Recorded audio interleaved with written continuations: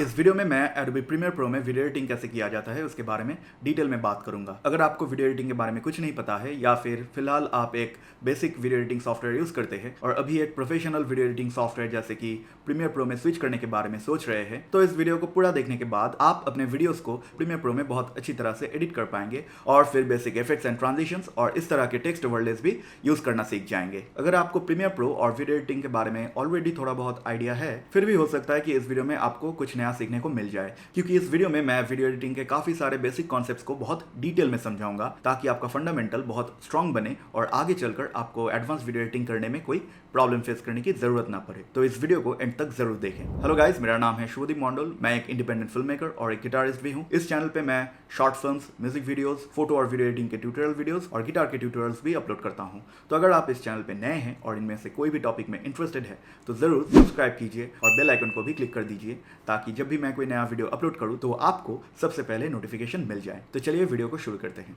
तो चलिए पहले प्रीमियर प्रो को ओपन अप करते हैं। तो मैं यहाँ पे प्रीमियर प्रो के CC 2019 वो यूज़ कर रहा हूँ। हो सकता है कि आप प्रीमियर प्रो के एक ओल्डर वर्जन यूज़ कर रहे हैं, लेकिन प्रॉब्लम वाली कोई बात नहीं है। आपका बेसिक जो चीज़ें हैं वो ऑलमोस्ट सेम है। तो पहली बार जब आप प्रीमियर प्रो ओपन करेंगे तो आपको इस तरह का एक स्क्रीन देखने को मिलेगा। ये है प्रीमियर प्रो के होम स्क्रीन। तो CC 2019 में आप देख सकते हैं कि ये कुछ इस तरह का दिख रहा है। यहाँ पे मेरा जो भी प्रोजेक्ट के ऊपर मैंने काम किया है उसका लिस्ट है। आप देख सकते हैं कि एक प्रोजेक्ट के ऊपर अगर मैं होवर करूँ तो उसका जो पाथ है वो यहाँ पे दिखाई दे रहा है। आप चाहे तो इस प्रोजेक्ट को इसके ऊपर क्लिक करके खोल सकते हैं। आप यहाँ पे देख सकते हैं कि यहाँ पे आपका रिसेंट जितने भी प्रोजेक्ट्स है उसका लिस्ट दिखाई दे रहा है। अगर आप ऑलरेडी एक प्रोजेक्ट के ऊपर काम कर रहे हैं और अगर आपका वो प्रोजेक्ट इस लिस्ट में है तो इसके ऊपर क्लिक करके आप डायरेक्टली उस प्रोजेक्ट को खोल सकते हैं। फिर उसके बाद आप देखिए यहाँ पे है ओपन प्रोजेक्ट। अगर आप एक पुराना प्रोजेक्ट को ओपन करना चाहते हैं जो कि इस लिस्ट में अभी नहीं है तो उस प्रोजेक्ट को ओपन करने के लिए आप यहाँ पे क्लिक कर सकते हैं। फिलहाल मुझे वो सब नहीं करना है क्योंकि मैं एकदम बिगिनर के लिए ट्यूटोरियल बना रहा हूँ और मैं एकदम शुरू से प्रोसेस दिखाना चाहता हूँ। तो हमें यहाँ पे ये न्यू प्रोजेक्ट बटन पे ध्यान देना है। तो जब पहली बार आप एक वीडियो को एडिट करेंगे तो उसके लिए आपको एक नया प्रोजेक्ट बनाने का ज़रूरत होगा और नया प्रोजेक्ट बनाने के लिए आपको इस न्यू प्रोजेक्ट बटन पे क्लिक करना होगा। अगर आपके प्रीमियर प्रो में ये होम स्क्रीन नहीं आ रहा है तो आप यहाँ से फाइल के ऊपर क्लिक करके यहाँ पे न्यू में जाके यहाँ से भी एक नया प्रोजेक्ट क्रिएट कर सकते हैं। और आप देख सकते हैं इसका जो शॉर्टकट है वो है Ctrl+Alt+N। अगर आप इसकी कॉम्बिनेशन को एक साथ दबाएंगे तो भी आपका नया प्रोजेक्ट क्रिएट होगा। तो फिलहाल मैं इस बटन पे क्लिक करके एक नया प्रोजेक्ट क्रिएट करता हूँ। तो इस बटन पे क्लिक करने से एक नया विंडो ओपन अप होता है। यहाँ पे आपको प्रोजेक्ट का एक नाम देना है। तो इस वीडियो के लिए मैं इसे वीडियो एडिटिंग ट्यूटोरियल ये नाम दिया। फिर यहाँ पे हमें एक लोकेशन सिलेक्ट करना होगा जहाँ पे हम इस प्रोजेक्ट को सेव करना चाह रहे हैं। तो उसके लिए आप यहाँ पे ब्राउज पे क्लिक कीजिए। मैं इस ट्यूटोरियल के लिए एक ऑलरेडी फोल्डर बना के रखा हूँ, तो वीडियो एडिटिंग ट्यूटोरियल बोल के। तो इस फोल्डर के अंदर मैं एक नया फोल्डर क्रिएट करूँगा जिसका नाम मैं दूंगा प्रोजेक्ट, और मैं चाहता हूँ कि इस प्रोजेक्ट फोल्डर के अंदर मेरा प्रोजेक्ट क्रिएट हो। तो यहाँ पे आपको सिर्फ सिलेक्ट फोल्डर करना है। आप जब अपने वीडियोस एडिट करेंगे तो जहाँ पे आप चाहते हैं वही पाथ यहाँ पे सिलेक्ट कीजिए और सिलेक्ट फोल्डर के ऊपर क्लिक कर दीजिए। फिर यहाँ पे अगर आपके कंप्यूटर में एक NVIDIA का कार्ड है तो आप इस रेंडरर में mercury playback engine GPU acceleration ये जो ऑप्शन है इसे आप सिलेक्ट कर लीजिए। इससे क्या होगा, आपका जो रेंडरिंग होगा, जो प्लेबैक होगा, आपका जो वीडियो एडिटिंग का जो एक्सपीरियंस है वो बहुत ज़्यादा स्मूथ होगा, क्योंकि प्रीमियर प्रो ये सब चीज़ें करने के लिए आपके कंप्यूटर में जो ग्राफिक्स कार्ड है उसका यूज़ करेगा। अगर आपके पास ग्राफिक्स कार्ड नहीं है तो आप इस ऑप्शन को डिफ़ॉल्ट में छोड़ सकते हैं। फिर उसके बाद अभी के लिए आपको इन सब ऑप्शन को देखने की कोई ज़रूरत नहीं है। आपका जो मेन चीज़ है वो था आपका प्रोजेक्ट का नेम और उसका लोकेशन। तो ये सब सिलेक्ट कर देने के बाद हमें यहाँ पे सिर्फ ओके पर क्लिक कर देना है। फिर जाके हमारे पास इस तरह का एक ब्लैंक टेम्पलेट ओपन अप हो जाएगा।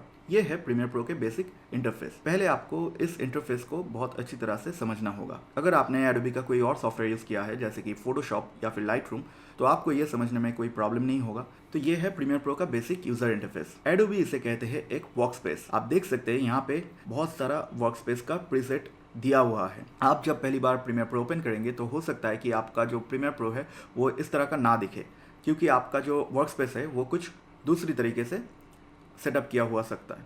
लेकिन इसमें टेंशन लेने वाली कोई बात नहीं है।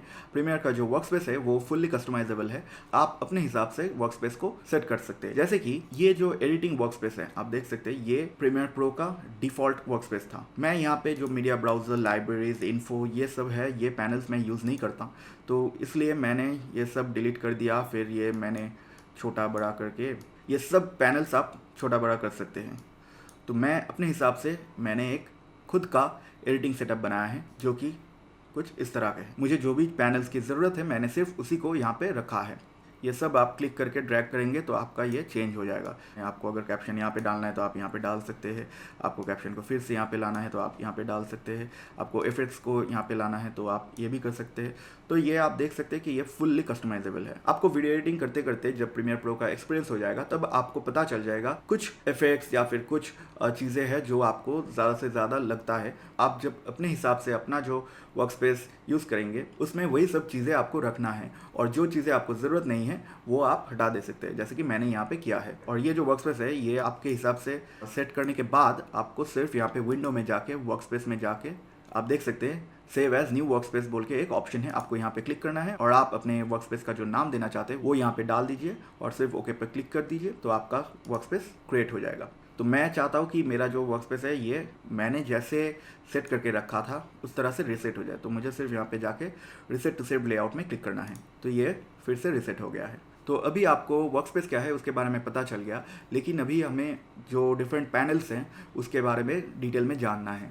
तो वो समझने के लिए हम एक एग्जांपल लेंगे। मैं एक वीडियो को शुरू से एंड तक एडिट करके फिर उसके बाद एक्सपोर्ट करके आपको दिखाऊंगा, ताकि आपको पूरा फर्स्ट हैंड एक्सपीरियंस हो, और इसी दौरान हम प्रीमियर प्रो को एक्सप्लोर भी कर लेंगे। तो पहली बार ओपन करने के बाद आप प्रीमियर प्रो को इस तरह से देख रहे हैं, लेकिन फिलहाल ये एक ब्लैंक टेम्पलेट है, अभी यहाँ पे कुछ नहीं है। हमें यहाँ पे पहले कुछ फुटेज को इंपोर्ट करना होगा, फिर उसके बाद हम अपना एडिटिंग जो है वो शुरू कर पाएंगे।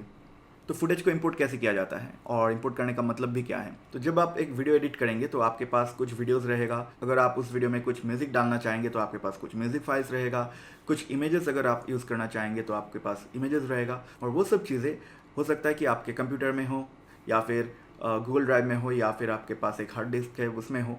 तो आपको वीडियो को एडिट करने से पहले इन सब चीज़ों को प्रीमियर प्रो के अंदर लाना होगा, फिर उसके बाद आप इन सब चीज़ों के ऊपर काम कर पाएंगे। तो इसे कहते हैं फुटेज को इंपोर्ट करना। तो देखते हैं कि फुटेज को इंपोर्ट कैसे किया जाता है।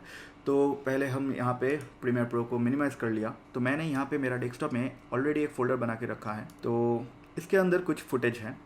तो हमने जो प्रोजेक्ट सेव किया था वो भी इसी फोल्डर के अंदर, ये प्रोजेक्ट फोल्डर क्रिएट करके ये हमारा जो प्रोजेक्ट है जो जिसके ऊपर हम अभी काम कर रहे हैं, ठीक है। ये देख सकते हैं आप वीडियो एडिटिंग ट्यूटोरियल, ये डेस्कटॉप में है। वीडियो एडिटिंग ट्यूटोरियल चैप्टर 1 बोल के जो फोल्डर है उसके अंदर जो प्रोजेक्ट बोल के फोल्डर है वहाँ पे आप ये प्रोजेक्ट देख सकते हैं, ठीक है। इसके ऊपर ही हम काम कर रहे हैं। तो इसे मिनिमाइज़ करते हैं, तो उसी फोल्डर में हमारे पास कुछ फुटेज है। ये मेरा ही एक पुराना वीडियो का फुटेज है और एक इंक फ्लोइंग का स्टॉक फुटेज है। ये दो फुटेज को मैं इंपोर्ट करना चाह रहा हूँ, और उसके साथ यहाँ पे म्यूज़िक बोल के एक फ़ोल्डर है जहाँ पे एक म्यूज़िक मैंने यूट्यूब के ऑडियो लाइब्रेरी से डाउनलोड करके रखा है यहाँ पे यूज़ करने के लिए। तो मेरे पास इन सब फुटेज को इंपोर्ट करने का दो आसान तरीका है। तो पहला तरीका ये है कि मैंने पहले से ही यहाँ पे फुटेज और म्यूज़िक बोल के दो फोल्डर क्रिएट करके रखा हूँ, और यहाँ पे मैं इन दोनों फोल्डर को एक साथ सिलेक्ट करके मैं डायरेक्टली क्लिक करके ड्रैग करके प्रीमियर प्रो के ऊपर होल्ड करूँगा, तो प्रीमियर प्रो ओपन अप हो गया। फिर उसके बाद जाके मुझे यहाँ पे जो बिन है यहाँ पे डाल देना है। यहाँ पे लिखा भी हुआ है इंपोर्ट मीडिया टू स्टार्ट, तो यहाँ पे मीडिया इंपोर्ट हो गया है, और जो मेरा फोल्डर स्ट्रक्चर था वो भी यहाँ पे बरकरार है। तो आप देख सकते हैं कि जो फुटेज था वो फुटेज के अंदर आया है, और जो म्यूज़िक फाइल था वो म्यूज़िक के अंदर आया है। एक और तरीका मैं दिखाता हूँ, तो इन दोनों फोल्डर को हम सिलेक्ट करके डिलीट कर देते हैं। तो एक और तरीका है कि ये जो आपका सेक्शन है इसे कहते हैं आपका प्रोजेक्ट बिन। तो आप देख सकते हैं कि इस वर्क स्पेस में कुछ पैनल्स है। तो जैसे कि मैंने इस पैनल के ऊपर क्लिक किया तो आप ये ब्लू बॉर्डर लाइन देख सकते हैं। इस बॉर्डर का मतलब है कि अभी आपका ये पैनल सेलेक्ट हुआ है। अगर आप इस पैनल पे क्लिक करेंगे तो ये पैनल सेलेक्ट हो जाएगा, और जो ब्लू बॉर्डर लाइन है वो यहाँ पे आ जाएगा। तो ये दो अलग अलग पैनल है। आपका ये जो टाइमलाइन बोल के एक पैनल है, ये अलग एक पैनल है। यहाँ पे आप साउंड का जो मीटर है, आपके पास जो भी टूल सेट्स हैं उसका एक अलग पैनल है। आपका यहाँ पे प्रोजेक्ट का जो बिन है, यहाँ पे आप एक और पैनल देख सकते हैं। यहाँ पे देख सकते हैं लिखा हुआ है कि इंपोर्ट मीडिया टू स्टार्ट। तो जब आप एडिट करेंगे तो आपके पास बहुत सारे डिजिटल एसेट्स होंगे, जैसे कि वीडियो फाइल्स, म्यूज़िक फाइल्स, और इमेजेस वगैरह, तो उन सब चीज़ों को आपको एडिट करने से पहले इंपोर्ट करना होगा यहाँ पे।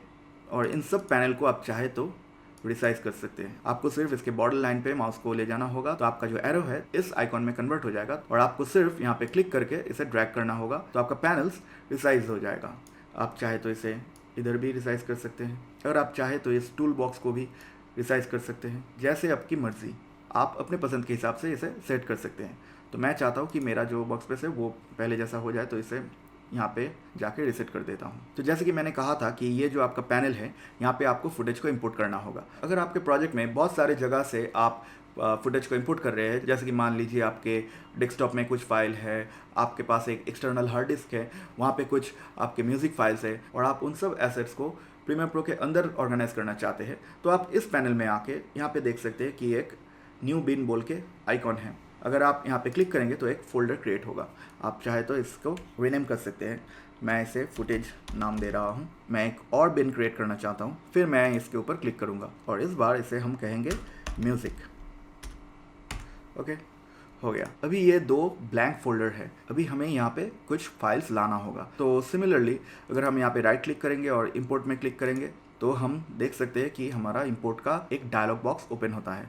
हमें फिर से डेस्कटॉप में जाना है, वीडियो एडिटिंग ट्यूटोरियल चैप्टर 1 में जाना है, फिर ये फुटेज नाम का फोल्डर में जाना है। ये दोनों फाइल को सिलेक्ट करना है और सिर्फ ओपन में क्लिक कर देना है। तो भी हम देख सकते हैं कि ये 2 फाइल इंपोर्ट हो गया है, लेकिन ये 2 फाइल फुटेज फोल्डर के अंदर नहीं आया है, ये बाहर आया है। एक और तरीका है कि आप अगर यहाँ पे डबल क्लिक करेंगे तो भी आपका इंपोर्ट का जो डायलॉग बॉक्स है वो ओपन अप हो जाएगा। एक और तरीका है कि आप फाइल में जाके यहाँ से भी आप इंपोर्ट कर सकते हैं। यहाँ पे देख सकते हैं कि इसका जो कीबोर्ड शॉर्टकट है वो है Ctrl+I। तो यहाँ से अगर आप Ctrl+I प्रेस करते हैं तो भी आपका इंपोर्ट का डायलॉग बॉक्स है वो खुल जाएगा।